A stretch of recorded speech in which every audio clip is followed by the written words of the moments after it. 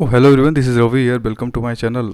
आज हम 3 जून के इंडियन एक्सप्रेस के एक्सप्लेन पेज की बात करेंगे। तो बेसिकली उसमें दो इंपॉर्टेंट टॉपिक्स है जिसके ऊपर हम बात करने वाले हैं। एक है पुरी का जो जगन्नाथ टेम्पल है ना, उसके हेरिटेज कॉरिडोर प्रोजेक्ट के ऊपर बात करेंगे कि आखिर वो प्रोजेक्ट है क्या और उसमें प्रॉब्लम्स क्या आ रहे हैं।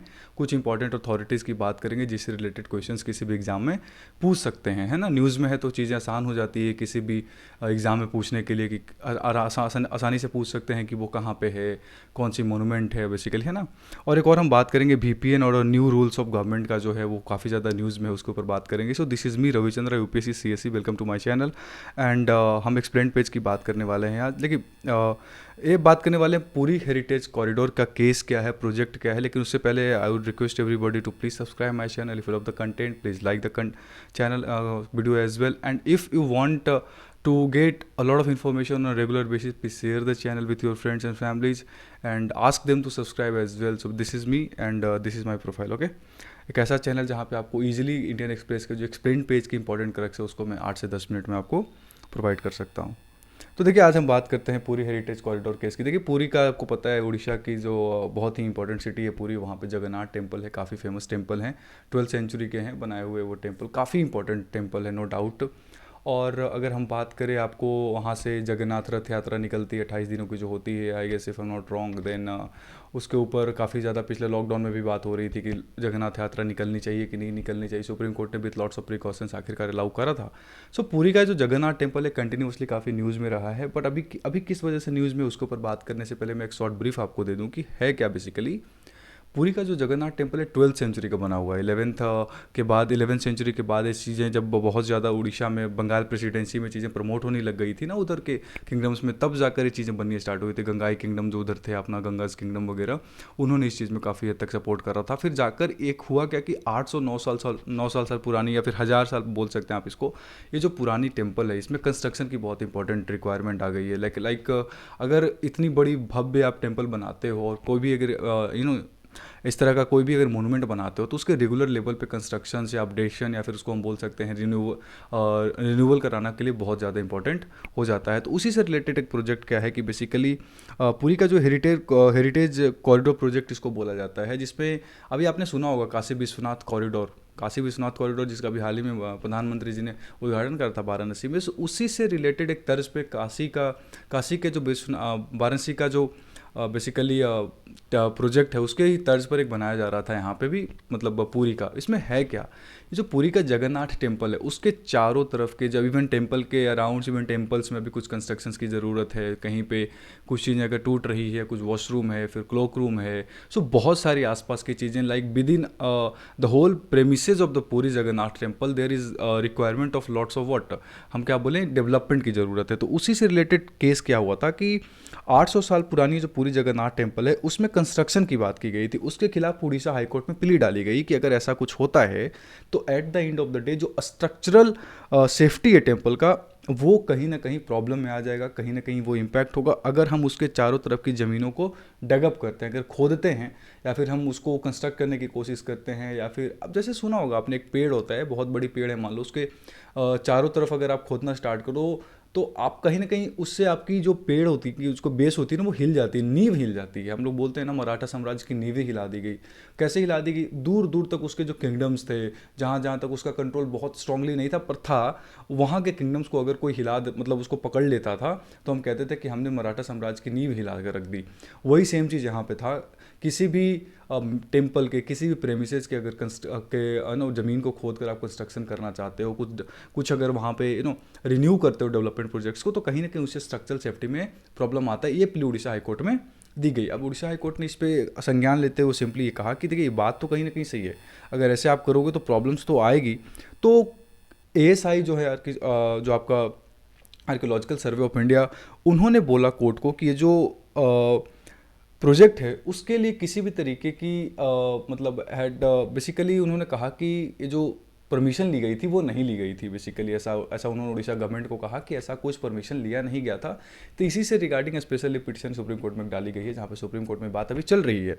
तो कंस्ट्रक्शन 2016 में प्रोजेक्ट चलना स्टार्ट हुआ था। जो बीजेपी गवर्नमेंट और जो वहाँ की प्रेजेंट बीजेडी गवर्नमेंट है, बीजू जनता दल की जो गवर्नमेंट है, उन दोनों के बीच में 3200 करोड़ का जो प्रोजेक्ट था, काफ़ी हद तक कहीं ना कहीं बहुत एम्बिशियस प्रोजेक्ट था, ठीक है। इसमें कई सारे स्कीम्स हैं, कई सारे प्रोजेक्ट्स हैं, जिसमें श्री जगन्नाथ टेम्पल है, उसके अलावा और भी आसपास के प्रेमिसेस को डेवलपमेंट से रिलेटेड पूरी लेक है, मूसा रिवर रिवाइवल प्लान है, अर्थ नाला है, फिर हाउसिंग फॉर सिविलियंस है, बहुत सारी चीज़ें हैं वहाँ पे जिसके ऊपर बात हो रही थी। लेकिन एएसआई का रोल क्या है इसमें, वो बात करेंगे।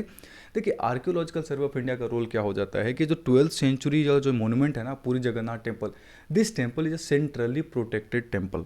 सेंट्रली प्रोटेक्टेड मोनूमेंट, एक ऐसा मोनूमेंट है जिसको सेंट्रली प्रोटेक्टेड, एक बहुत सारे ऐसे मोनूमेंट जैसे ताजमहल, आगरा का लाल किला, रेड फोर्ट, दिल्ली का रेड फोर्ट, फिर ना जंतर मंतर, फिर बहुत सारे ऐसे मोनूमेंट्स हैं, बहुत सारे ऐसे टेम्पल्स हैं, मोनूमेंट्स हैं, जो बहुत सारे बेसिकली उनका जो बेसिकली वो प्रोटेक्टेड है, उनको आप इतनी आसानी से ऐसा नहीं कर सकते कि उससे रिलेटेड कोई भी प्रोजेक्ट आप स्टार्ट कर दो, उनका डगअप करना स्टार्ट कर दो, उसमें रिन्यूएबल डेवलपमेंट स्टार्ट कर दो।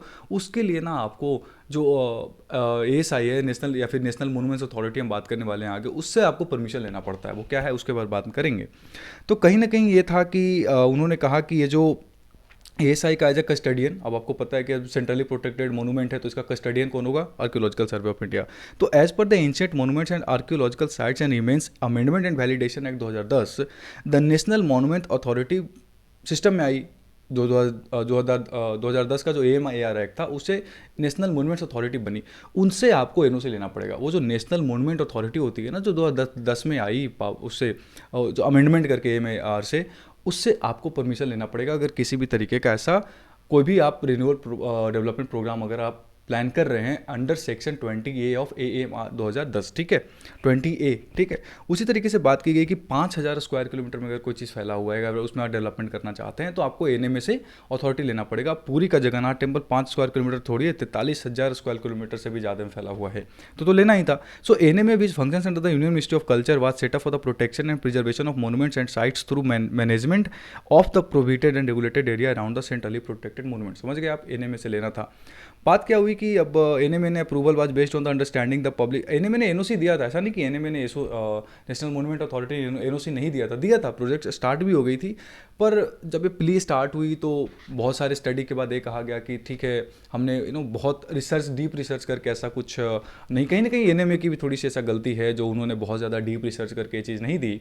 उनको एनओसी देने से पहले बहुत डीप रूटेड रिसर्च करना चाहिए था, रिक्वायरमेंट को देखना चाहिए था, उसके बाद देते तो ज़्यादा अच्छा रहता। अब एनएमए ने एनओसी तो दे दिया था, पर इसी चीज़ को लेकर अब उड़ीसा हाईकोर्ट में जो उड़ीसा गवर्नमेंट है उन्होंने अपना प्ली डाला है कि हमें तो एनओसी मिला था, उसके बाद ही हमने ऐसा प्रोजेक्ट करना स्टार्ट करा था। But at the end of the day एक ऐसी चीज़ बाहर निकल के आ रही है कि it was not based on the very deep rooted study पे बेस्ड नहीं थी। So there is a problem. अब ऐसा अगर होता है तो फिर कहीं ना कहीं डेवलपमेंट प्रोजेक्ट को भी थोड़ा दिन के लिए रोकना पड़ेगा। इवन कोर्ट्स के भी ऐसे ही कुछ जजमेंट्स आने वाली हैं। तो ओवरऑल अगर मैं बात करूँ आपसे, जो सेक्शन 20 ये कहता है कि आपको अगर इतने स्क्वायर किलोमीटर का एरिया है, फिर 20B में आपको भी इस चीज़ से रिलेटेड डिक्लेरेशन देना पड़ेगा कि हम हर एक चीज़ की पॉसिबिलिटीज़ को स्टडी करके देख रहे हैं। सो ओवरऑल जो पूरी हेरिटेज कॉरिडोर प्रोजेक्ट था वो यही है कि डेवलपमेंट से रिलेटेड आपको इस अथॉरिटी से लेनी थी, डीप रूटेड स्टडी पे बेस्ड नहीं था। कौन सी एक्ट लगती है, क्या इसमें एएसआई का रोल था, क्या एनएमए का रोल था, वो मैंने आपको बता दिया। कस्टडियन कौन होता है, कहाँ की मैं बात करने वाला हूँ, 12th सेंचुरी की बात है। सो ओवरऑल पूरी से इस टॉपिक से रिलेटेड जो आपको इंपॉर्टेंट क्रक्स है वो आपको मिल गया है। इसी में एक दूसरा टॉपिक था, वो था बेस्ड था कि जो VPN अपन यूज़ करते हैं, उससे अभी हाल ही में गवर्नमेंट का एक ऐसा गाइडलाइंस आया है जिसके बाद जो वर्चुअल प्राइवेट नेटवर्क है, कहीं ना कहीं जो एक्सप्रेस वर्चुअल प्राइवेट नेटवर्क बोलते हैं, एक कंपनी है वो इंडिया से बाहर चली गई है। बेसिकली उन्होंने इंडिया से एग्जिट करा है। So the topic was India servers out, can you still use express VPN। क्या आप अभी भी VPN क्या होता है उसके बारे में बात करने से पहले मैं आपको बताऊँ क्या फिर हुआ क्या है। देखिए, मैंने आपसे पिछले एक दो वीडियो पहले भी बोला था कि data is the new oil, data is the new oil and if your privacy is not under your arms there is nothing left with you. आपके पास कुछ नहीं बचा अगर आपके पास प्राइवेसी नहीं है तो। So the government of India is actually working a lot over maintaining privacy. आप बाहर की किसी भी कंपनी को डेटा लोकलाइजेशन के लिए कहते हो तो उनका रिएक्शन बिल्कुल सेम ही आता है। Even Google was like that कि नहीं, ये तो बहुत हमें खर्च आएंगे and all. So at the end of the day if the datas of the people of India, अगर उनके कंसर्न की हम बात करें, उससे रिलेटेड बात करें, तो it should be in India ना। लाइक हमारे देश के डेटा हमारे देश में होना चाहिए। Why should it be with USA और UK और Singapore and all, nothing, don't know, मतलब nothing is required for that. आपको वो चीज़ मतलब सोचने की जरूरत नहीं कि नहीं हमारे देश में नहीं होना चाहिए। बिल्कुल किसी भी देश के प्राइवेसीज को मेंटेन करने के लिए वहाँ के डेटा उनके देश में होना चाहिए।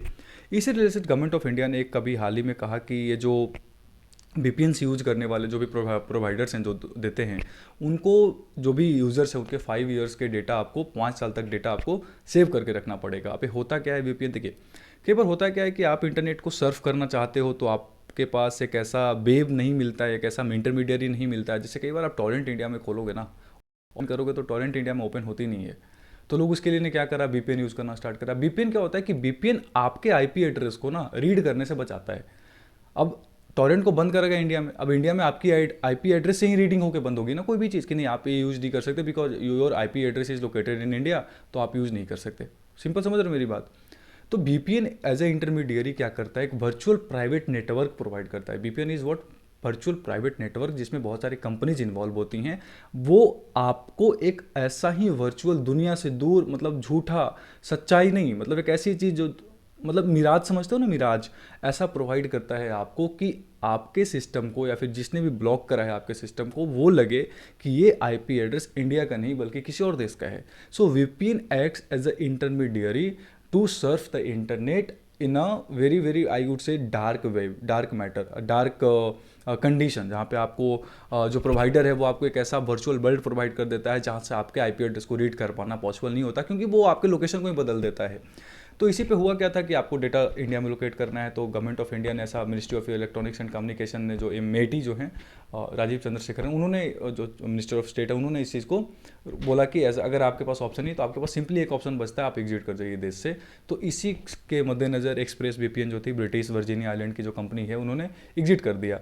अब उनका कहना है कि देखो ऐसे तो प्राइवेसी मेंटेन होती ही नहीं, आप प्राइवेसी के नाम पे आप देश के, उन्होंने लिटरली ब्लेम करा है कि if this is what something continues, तो ये कहीं ना कहीं देश के लोगों का प्राइवेसी खराब ही करने वाला है। प्राइवेसी बचाने के चक्कर में, आप तो गवर्नमेंट है नहीं, गवर्नमेंट इज़ व्हाट, गवर्नमेंट को उन्होंने लिटरली ब्लेम करा है कि गवर्नमेंट फ्रीडम, ये जो freedom of speech and expression, उसको दबाना चाहती है। अब आई थिंक इसमें क्या तर्क है वो आप अपने बेसिस पे अच्छे से समझ सकते हैं, but what I am saying is what exactly said by the express VPN network company जो है। अब उन्होंने यहाँ से एग्जिट कर दिया है। अब एग्जिट कर दिया तो क्या हम एक्सप्रेस VPN यूज़ कर सकते हैं? हम बिल्कुल यूज़ कर सकते हैं। आप VPN अभी भी यूज़ कर सकते हैं, पर वो क्या करेंगे, आपके VPN को कनेक्ट कर देंगे USA से, UK से, सिंगापुर से, क्योंकि उन्होंने अपना VPN नेटवर्क का जो पूरा बेस है उन्होंने सिंगापुर में सेव कर रखा है, इस्टेब्लिश कर रखा है। फिर उधर अपने उन्होंने UK में सेव पूरा फिजिकली फिट कर रखा है। तो इससे होता क्या है कि वो आपके IP एड्रेस को UK में बता देंगे। तो अब इंडिया में अब टॉरेंट नहीं चलती, पर UK में तो चलती है, USA में नहीं चलती, USA में चलती, इंडिया में नहीं चलती, पर USA में लोकेट कर देंगे आपके IP एड्रेस को। So use this, like this is what the virtual private network system आपको प्रोवाइड करते हैं, जिसमें सर्टिन जो है भारत का एक बहुत बड़ा नोडल एजेंसी जो साइबर क्राइम से रिलेटेड है, जो फाइन है, उन्होंने इस चीज़ पे गाइडलाइंस इशू करा था। फिर उसको उन्होंने क्लैरिफाई भी करा कि आपके पास और कोई ऑप्शन है नहीं, आपको इसे गाइडलाइन से अग्री करना ही पड़ेगा, और फिर उसके अलावा आपके पास एग्जिट के अलावा कोई ऑप्शन नहीं है। तो बहुत सारी क्रिटिसिज्म हुई है। एक्सप्रेस VPN ने कहा है कि ऐसे तो ब्रॉड ओवर आर्चिंग है, इंटरप्रिटेशन कुछ भी हो सकता है, you are playing with your privacy of the Indian people as well. हमें ही क्रिटिसाइज कर रहे हैं वो। देखो मैं तो ये कहूँगा, ये जो कंपनीज होते हैं ना, बड़े शाने बनते हैं, मतलब सीधे बनते हैं यार, कि हम तो आपकी प्राइवेसी मेंटेन करते हैं, टू इनक्रिप्टेड होता है, हम कुछ नहीं करते। पर ऐसा होता नहीं है, मतलब इजीली बिना उन प्राइवेसी ख़राब किए हुए कोई भी चीज़ प्रोवाइड करते नहीं है, इसलिए तो उनको इतना प्रॉब्लम होता है। And the government of India is doing a good work in protecting our privacy. So this was all about the video, जहाँ पे आप देखो ये सारी चीज़ें लिखी हुई है कि इंडियन सिस्टम को कैसे वो सर्टिन वगैरह ने मैंडेट्स करा है कि आपको रखना ही पड़ेगा, और साइबर सिक्योरिटी से रिलेटेड कोई भी अगर क्राइम होता है तो विद इन 6 आवर्स वो आपको बताना पड़ेगा, इन्फॉर्म करना पड़ेगा। तो इसमें भी उन्होंने ऑब्जेक्शन रेज करा था कि 6 घंटे में कैसे इन्फॉर्म कर देंगे, करना पड़ेगा आपको, ऑप्शन नहीं है आपके पास। साइबर क्राइम्स इतनी सारी एक्टिव है, अभी एक हाल ही में यूट्यूब, बहुत बड़े यूट्यूब चैनल ही गायब कर दी किसी ने, बताओ, हैक करके। बहुत बड़े यूट्यूब चैनल है वो, even I am very fond of the channel. So बहुत सब्सक्राइबर थे, उसको 1 करोड़ सब्सक्राइबर को उन्होंने उड़ा दिया हैक करके। तो ऐसे थोड़ी ना होता है, अगर साइबर क्राइम से रिलेटेड आप इन्फॉर्मेशन बताओगे नोडल एजेंसीज़ को तो कैसे काम चलेगा। So no, this was all about the video, जहाँ पे मैंने आपको इंडियन एक्सप्रेस के 3 जून के जो भी एक्सप्लेन पेज की सारे क्रक्स थे वो मैंने बता दिया। So this was Ravichandra UPSC CSE, जहाँ पे आपको सारी चीज़ें मिल गई। So please subscribe my channel and like and share the channel as well, and please join my BPSC farewell telegram channel, जहाँ पे आपको करंट अपडेट्स वेरी इजीली और बहुत ही अच्छे मिल जाते हैं, जहाँ पे MCQs on a regular basis you can get it. So thank you.